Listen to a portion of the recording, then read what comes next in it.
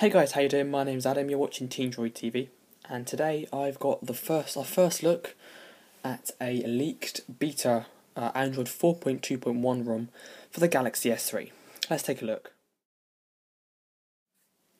Okay, so last night this ROM was leaked over on XDA, and I have to reiterate before we begin that this is a beta, this is a leaked ROM, it is not official yet, which means everything will not work and there will be some stuff which, is buggy, and this ROM is buggy, I'm not going to lie. I don't think of it as a daily driver just yet. I think it's a bit too laggy and a bit too slow to be considered daily driver, and a bit too buggy, but I think possibly in the future it may well be one, because it's a Samsung have done a good job with 4.1.2. Anyway, beginning with the looks, TouchWiz is identical, no difference here. Pretty much the same, you've got the same transition effects, same widget drawer, etc, etc. The first real difference you get is if you go into the notification panel, which has had a bit of a makeover.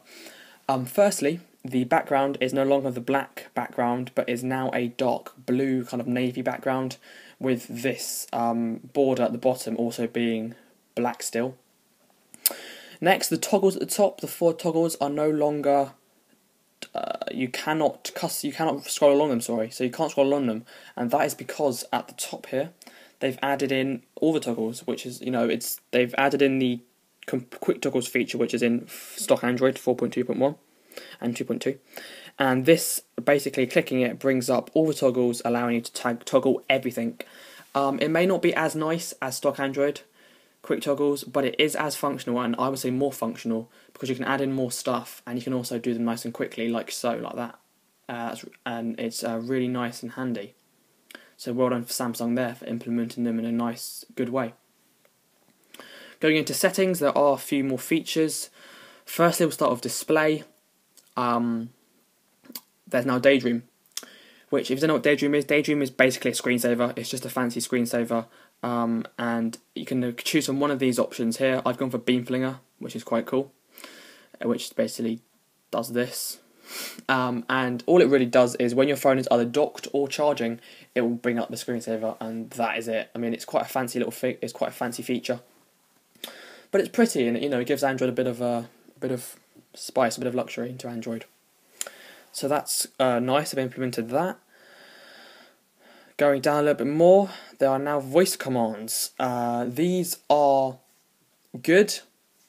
They are good, actually, yeah. They kind of work. They're a bit gimmicky, but sometimes they work well.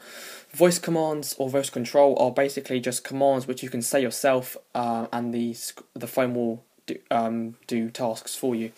So there are 5 options. There are incoming calls, alarm, camera, music, and radio, and they range from being able to take a picture by saying smile, to playing music by saying play, and skipping to the next track by saying next and previous, as also being able to answer calls by saying answer and reject, and being able to stop or snooze your alarm by saying stop and snooze.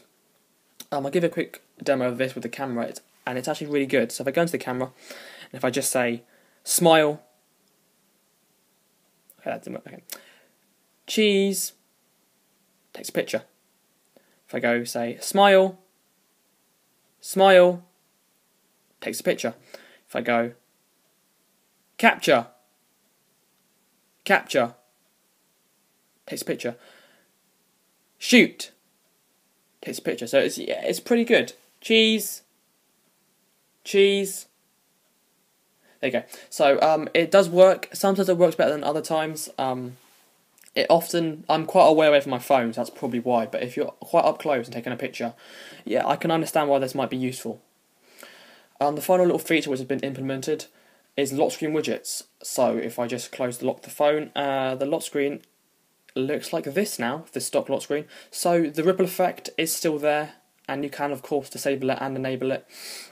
But now the lock screen, oh crap, my bad, sorry. The lock screen widgets are now fully usable. I keep locking the phone.